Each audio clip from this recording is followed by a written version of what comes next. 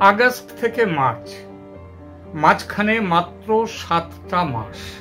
তার মধ্যে মানুষের সমর্থনের পারদ এতটা ওপরে উঠে যাবে চটচড় করে, এ যেন বিশ্বাস করতেও কষ্ট হয়। ঠিক সেই ফিনিক্স পাখির মতো।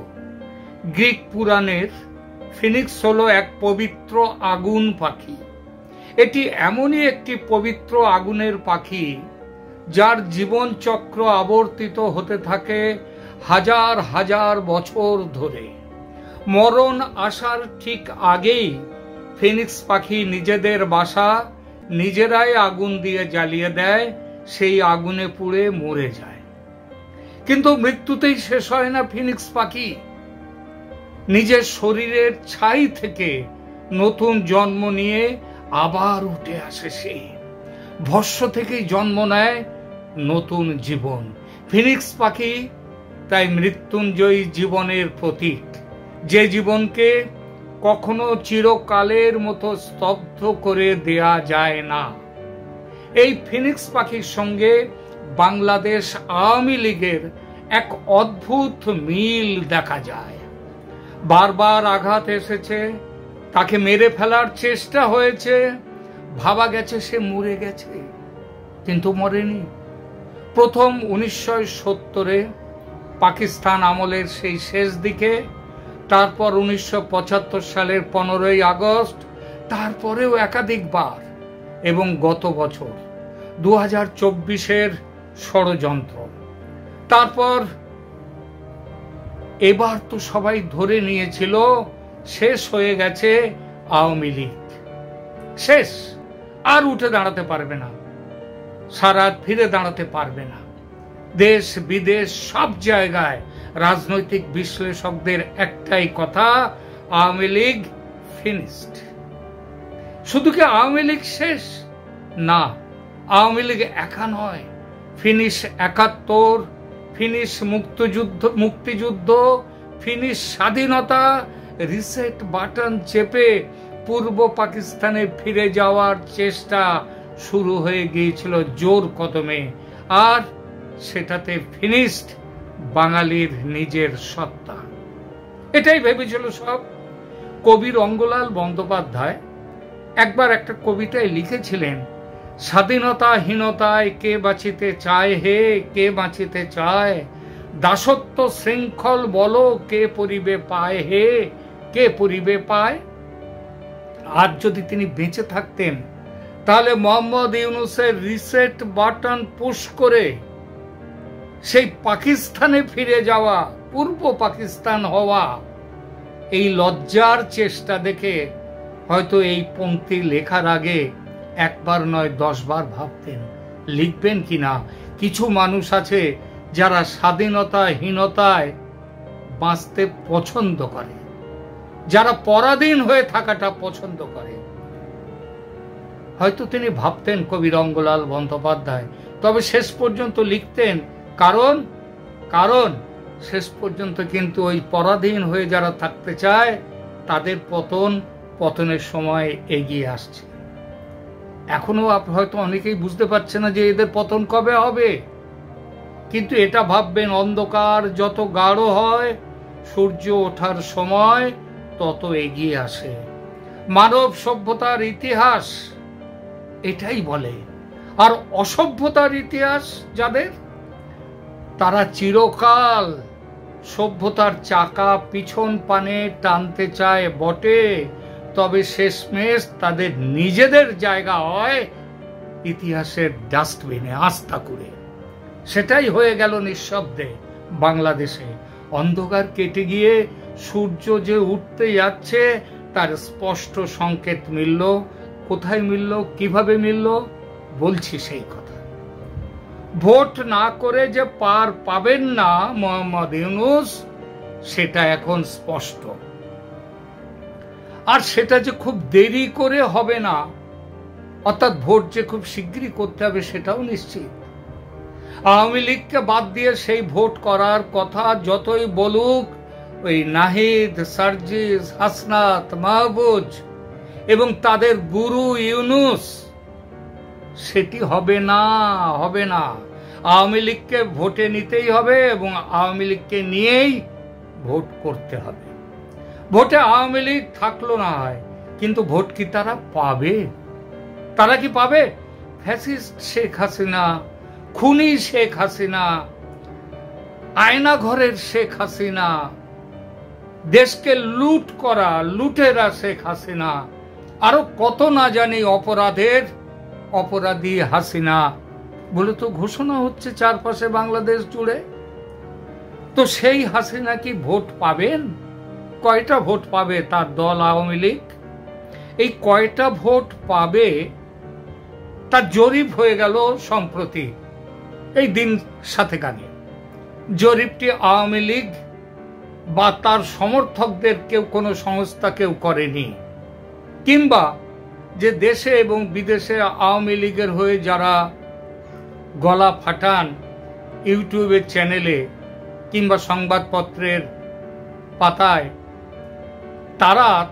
তারা কিন্তু করেননি কেউ। এই যে জনমত জরিপটি করেছে কে? BBC, British Broadcasting corporation.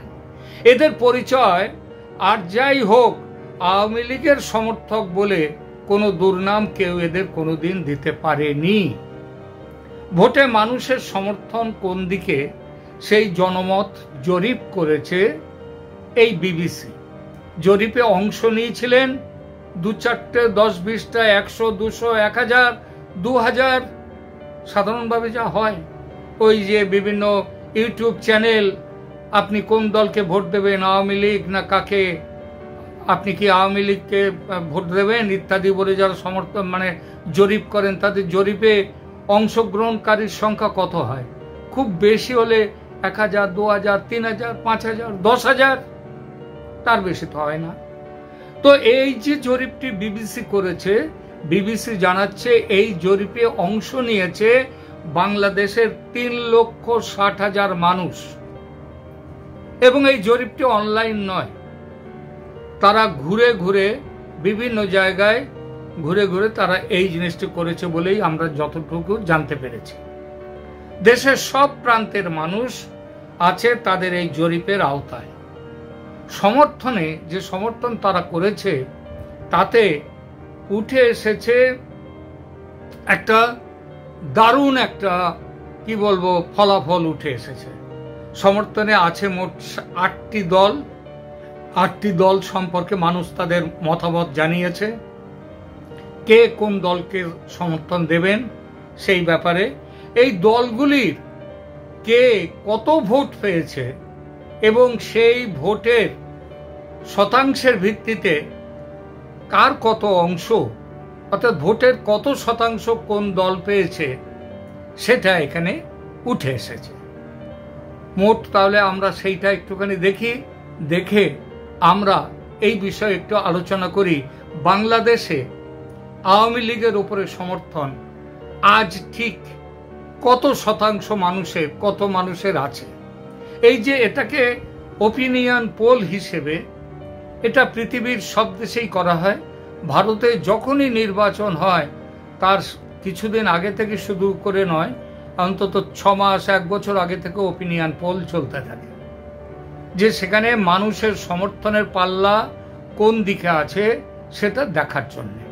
তাহলে সেই একই হিসেবে বাংলাদেশের জরিপের কথা, জনসমর্থনের জরিপ, সেইটা উঠে করেছেন বিবিসি। ভোট কবে হবে সেটা এখনো স্পষ্ট নয়, কারণ ভোটের দিন ঘোষণা হয়নি। তবে বিভিন্নভাবে বিভিন্ন সূত্র থেকে জানা যাচ্ছে, এবং আমাদের বাংলাদেশের অন্তর্বর্তী সরকারের প্রধান উপদেষ্টা তিনি যা মাঝে মাঝে বলেন, তিনি অবশ্য কবে কখন কোন কথা বলেন আর কোন কথায় চলে যান সেটা অনেকেই সেটা বোঝা যায় না। তবে তিনিও বলছেন এবার যে, এবং চাপ পড়েছে বিশ্বের থেকে, বিভিন্ন জায়গা থেকে, আন্তর্জাতিক মহল থেকেও চাপ পড়েছে সেটা নির্বাচন করার পক্ষে। সুতরাং ধরে নেওয়া যায় যে এই বছরে, এই 2025-এর ডিসেম্বরের মধ্যে, এবং কিছুদিন আগে আমাদের সেনাপ্রধান ওয়াকারুজ্জামান এক ভাষণে যা উল্লেখ করেছেন যে ডিসেম্বর কিংবা তার কাছাকাছি সময়ে 1-2 মাস আগে অথবা পরে ভোট হতে পারে। তা আমরা সেইটা ধরে নিয়ে বিবিসি এখন যেটা জরিপটি করেছে, আমরা জরিপের কথায় ফিরে যাই। আগেই বলেছি যে জরিপে অংশ নিয়েছেন মোট 3,60,000 জন মানুষ, এবং এইখানে অংশ নিয়েছে 8টি রাজনৈতিক দলের নাম উঠে এসেছে।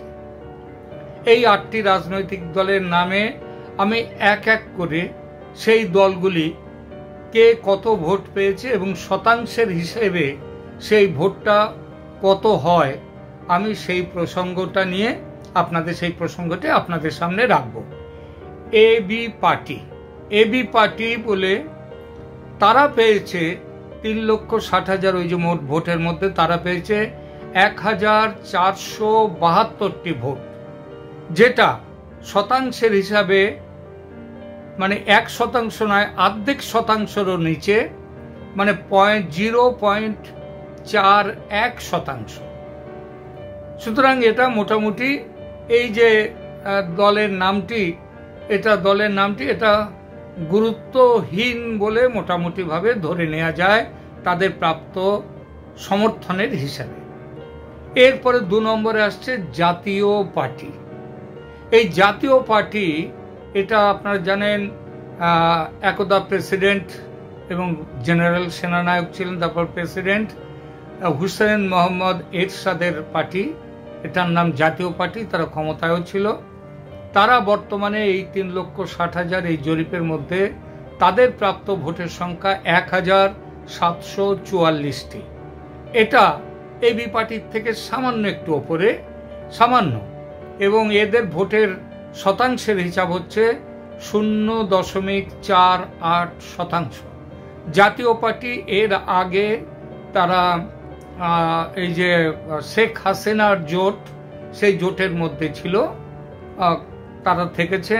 সুতরাং তারা এই যে ভোটটি তাদের রয়েছে, এটা তাদের নিজস্ব ভোট, যেটা এটা জোটের ভোট নয়। এরপরে আসছে গণ অধিকার পরিষদ, এটা মিস্টার নূরের তার দল। এই গণ অধিকার পরিষদ, তাদের ভোট তুলনায় একটু বেশি, 3,688টি ভোট। শতাংশের হিসাবে এটা 1%-এর সামান্য বেশি, 1.02%। এরা কি করবে, কোন জোটে যাবে, সেটা এখনো পরিষ্কার নয়। তবে তারা নিজেরা যদি ভোটে দাঁড়ায় তাহলে নিজেদের জোরে তারা এই ভোটটি পাবে। জাতীয় নাগরিক পার্টি হচ্ছে ওই যে ছাত্র বৈষম্য বিরোধী ছাত্র আন্দোলনের প্রোডাক্ট, যে বর্তমান সরকার, অন্তর্বর্তী সরকার, এই সরকারের চালিকা শক্তি হচ্ছে জাতীয় নাগরিক পার্টি। জাতীয় নাগরিক ন্যাশনাল সিটিজেন্স পার্টি, এই পার্টিটায় এদের প্রাপ্ত ভোটের সংখ্যা হচ্ছে 2,392। 3,60,000 ভোটের মধ্যে তারা পেয়েছে 2,392, শতাংশের হিসেবে 0.67%। এখন আপনারা বাংলাদেশের রাজনীতিতে এই জাতীয় নাগরিক পার্টির যে লোকজন যারা আছে, ওই বৈষম্য বিরোধী ছাত্র নেতারা, তারাই তো এখন বাংলাদেশের মা বাপ। তো এখন এই দলটি তারা অনেক বড় বড় কথা বলছে, এই গণপরিষদের ভোট হবে আগে, সংবিধান ইত্যাদি অনেক কিছু বলছে, তারপরে হবে এই সব জাতীয় ভোট, সংসদ ভোট হবে তারপর, এইসব কথাগুলো বলছে। কিন্তু তারা তাদের কথা বিভিন্ন সংবাদপত্র এমনভাবে প্রকাশ করছে অথবা করতে বাধ্য হচ্ছে, যেটাই হোক, তাতে মনে হয় যেন এরা সিংহ। আসলে জনসমর্থনের ব্যাপারে এরা যে সিংহ নয়, এমনকি বিড়ালেরও নিচে ইঁদুর বললে ঠিক হয়, সেটাও কিন্তু বোঝা যাচ্ছে এদের প্রাপ্ত ভোটের সংখ্যা। কত ভোট সেটা বললাম, 3,60,000-এর মধ্যে এদের প্রাপ্ত ভোট হচ্ছে 2,392টি, 0.67%। ইসলামী আন্দোলন বাংলাদেশ, এরা বাংলাদেশের বর্তমান পরিপ্রেক্ষিতে এদের অবস্থান এবং এদের উপস্থিতি চারদিকে দেখা যাচ্ছে। মানে দেশটাকে পুরো ইসলামী দেশ করার যে চেষ্টা এদের মধ্যে দেখা যাচ্ছে, এদের জনসমর্থন কিন্তু আগের তিনটে পার্টির তুলনায় অনেকটাই বেশি। কত বেশি? এরা পেয়েছে 3,60,000 ভোটের মধ্যে এদের প্রাপ্ত ভোটের সংখ্যা হচ্ছে 17,634। শতাংশের হিসাবে কত? 4.9%, প্রায় 5%। খুব একটা খারাপ নয়, কিন্তু খারাপ নয়, কারণ পার্টিসিপেটরি এই নির্বাচনের পরিপ্রেক্ষিতে এরা যে দলের সঙ্গে স্বাভাবিকভাবে এরা পরে জামাতের সাথে মিলেমিশে জোট বেঁধে এরা এগোতে পারে এবং তারা বেশ কিছু আসন জোটের কারণে তারা সেখানে পেতেই পারে। তারপরে আমরা আসি বিএনপির ক্ষেত্রে। বাংলাদেশ ন্যাশনালিস্ট পার্টি এতদিন ছিল আওয়ামী লীগের পরে বাংলাদেশের দ্বিতীয় বৃহত্তম রাজনৈতিক দল, যে দলের নেত্রী খালেদা জিয়া, তারেক রহমান, যে দল প্রতিষ্ঠা করেছিলেন আমাদের তৎকালীন প্রেসিডেন্ট এবং তিনি সেনাপ্রধান ছিলেন জিয়াউর রহমান, জেনারেল জিয়াউর রহমান, তিনি এই দলের প্রতিষ্ঠাতা। তো এই দলটি ভোট পেয়েছে, ভাবা গিয়েছিল যতটা ভোট পাবে, ওই যে বিবিসির জরিপে 3,60,000 মোট ভোটারের মধ্যে অংশ নিয়েছে মানুষ, তাদের মধ্যে বিএনপি পেয়েছে যে ভোট, সেটা যে এতটা নিচে নামবে এটা কিন্তু ভাবা যায়নি।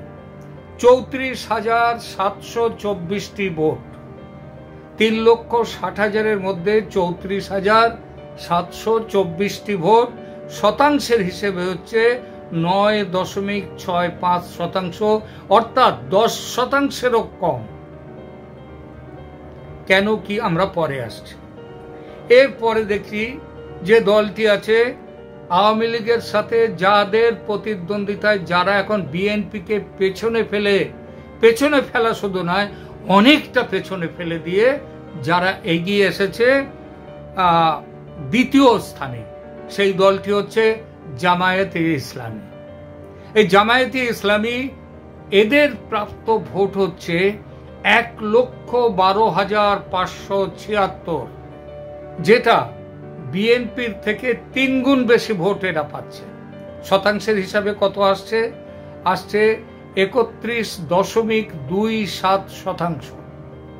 সহজ নয়, একটা দলের 31.27% ভোট মানে তাদের একটা খুবই বড় তারা ছলাং দিয়েছে, লাভ দিয়েছে জনসমর্থনের দিকে। এই জনসমর্থনের দিকে কেন লাভ দিল, কিভাবে লাভ দিল এবং বিএনপি কেন পিছিয়ে গেল, সেগুলো বলছি এরপর সব থেকে আসে, শেষে আনছি যে দলটির নাম, সেটি হচ্ছে আওয়ামী লীগ। সব থেকে শেষে এই দলের নাম নিচ্ছি, কিন্তু এই দলের জনসমর্থন হচ্ছে কিন্তু সব থেকে আগে, সব থেকে উপরে। কত এদের জনসমর্থন? 1,80,959। আবার বলছি, এদের সংখ্যা জনসমর্থন, এরা যে ভোট পেয়েছে 1,80,959। 3,60,000-এর মধ্যে তার অর্ধেকেরও বেশি এই সংখ্যাটা। শতাংশের হিসেবে এটা দাঁড়ায় 50.27%। এইবার দুটো আলোচনায় আসে, দুটো কথায় আসে এই যে দলগুলো তাদের সম্পর্কে। ছাত্রদের নবনির্মিত যে দল জাতীয় নাগরিক পার্টি, খুব তো মানে কি বলবো, ঢাক ঢোল বাজিয়ে তারা শুরু করেছিল, তাদের দলের প্রতিষ্ঠা দিবস করেছিল যেদিন তারা দল ঘোষণা হলো। কিন্তু তাদের প্রাপ্ত ভোটের সংখ্যা সেদিন তারা ঠিক করেছিল যে সেখানে বিরাট জমায়েত করে, সেই জমায়েত নিয়ে তারা পরে আসবে, ক্যান্টনমেন্টে আসবে এবং গণভবন, এই বঙ্গভবন যেটা হচ্ছে আমাদের রাষ্ট্রপতির নিবাস, সেইখানটায় ঘেরাও টেরাও করবে, তাকে আরেকবার পদত্যাগে বাধ্য করার জন্য চেষ্টা করবে, যেটা কিছুদিন আগেও করেছে, একবার নয় একাধিকবার। কিন্তু তারা এত তো কথা বলছে বড় বড়, কিন্তু তাদের প্রাপ্ত ভোটের সংখ্যা দেখে বলা যায় যে এদের মানে কাউন্ট করার জায়গায়, এদের যে গুনতি করার জায়গায় আসার জন্য, নজরে আসার জায়গায় পৌঁছতে তাদের বহু বহু বছর লাগবে এখন। তবে জামাতের সঙ্গে তাদের নির্বাচনী জোট হলে, এবং সেটা হওয়ার সম্ভাবনা খুব বেশি, তাহলে দু একটা আসন তারা কোথাও না কোথাও পেতে পারে। তবে এই আসন বন্টন নিয়ে জামাতের সাথে তাদের যে জোট বাঁধার আগে আলোচনা, সেটা যে খুব একটা মসৃণ হবে সেটা কিন্তু বলা যায় না। তার কারণ হচ্ছে এরা নিজেদেরকে ওই ছাত্রদের পার্টি, ওরা নিজেদেরকে বাঘ মনে করে, কিন্তু আসলে ওরা যে বিড়ালের না ইঁদুরের থেকেও ছোট, সেটা বুঝতে ওরা চাইবে না, চাপ সৃষ্টি করবে। এই তিনটি দল, এরা মানে জামাত, জাতীয় নাগরিক পার্টি, আর যে ইসলামী জাতীয় ইসলামী আন্দোলন বাংলাদেশ যেটা আছে, ইসলামী আন্দোলন বাংলাদেশ, মনে করা যায় যে এরা তিনটে তো অবশ্যই একটা জোটের মধ্যে আসবে, এবং এরা জোটের মধ্যে এলে জোটের ভোট দাঁড়ায় 100-র মধ্যে 37%, 37 ভাগ। কয়েকটা ভাগ, ওই যে প্রায় কয়েকটা 4-5 ভাগ মতো বেড়ে গেল, সেটা হচ্ছে সবাই মিলে একসাথে দাঁড়ালে। বিএনপি এই জোটে যাবে না বলেই মনে হয়। কেন যাবে না? এক সময় তো জামাতের সঙ্গে তাদের জোট ছিল, তাহলে এখন যাবেন না কেন? যাবেন না কেন? তার কারণ হচ্ছে ওই সিনিয়রিটি কমপ্লেক্স, যে তারা একসময় জামাতের সঙ্গে জোটে তারা ছিল সিনিয়র পার্টনার বিএনপি, এখন জুনিয়র পার্টনার হয়ে জামাতের সঙ্গে জোটে যেতে হবে।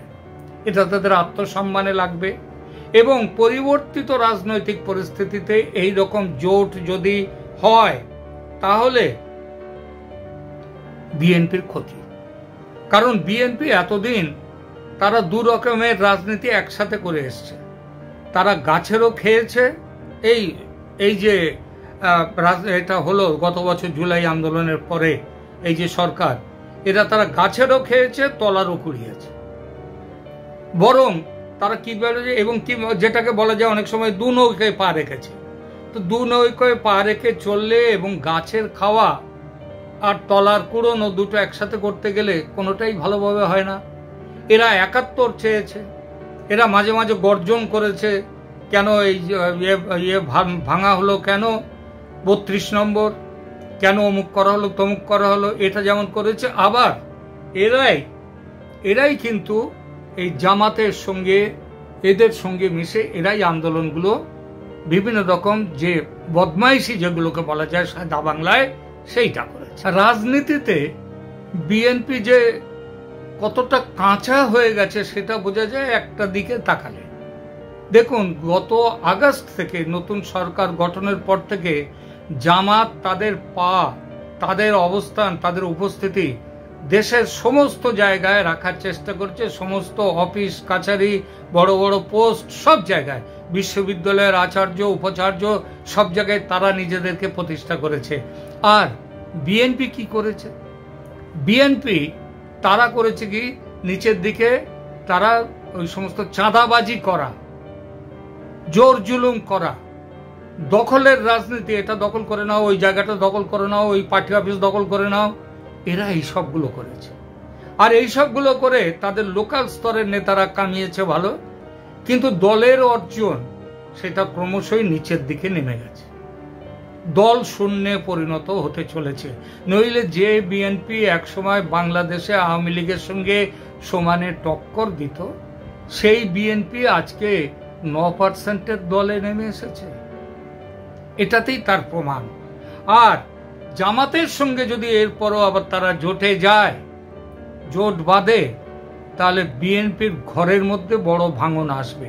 কারণ বিএনপির মধ্যে কিছু সংখ্যক মানুষ, সমর্থক আছে যারা 71-এর প্রতি যাদের শ্রদ্ধা আছে, যারা 71-কে মাথায় রেখে চলতে চায়, যারা মনে করে মুজিবুর রহমান সঙ্গে, তার সঙ্গে জিয়াউর রহমানেরও তারও অবদান রয়েছে, বাংলাদেশের মুক্তিযুদ্ধে একটা বড় অবদান আছে, এটা অনেকে বিশ্বাস করে তারা, এবং তারা সেটা কিছুটা পরিমাণে যে সত্য সেটা মানতেই হবে।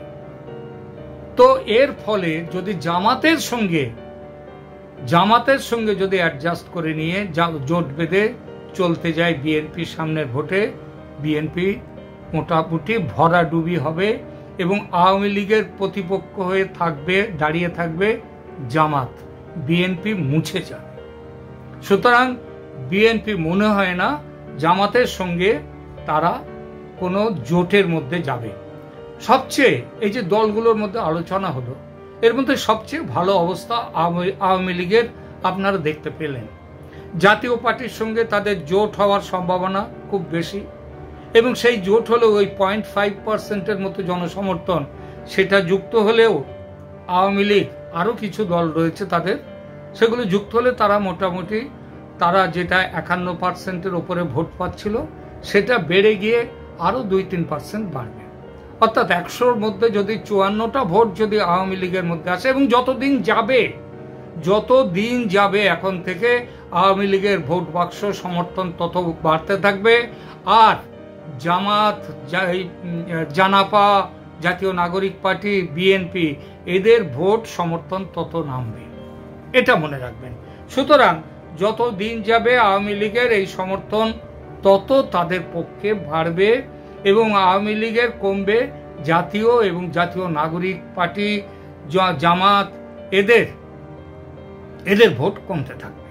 শেষ পর্যন্ত ভোটের পর কি দাঁড়াবে সেটা কি, তাহলে যদি free, fair and inclusive election হয়, যদি অবাধ নির্বাচন হয়, ন্যায়ের নির্বাচন হয় এবং সবাই যদি ভোটে অংশগ্রহণ করতে পারে, তাহলে, এবং এবার সেটা কিন্তু করবে, কারণ এবার বিশ্বের নজরদারিতে এবার কিন্তু ভোট হবে।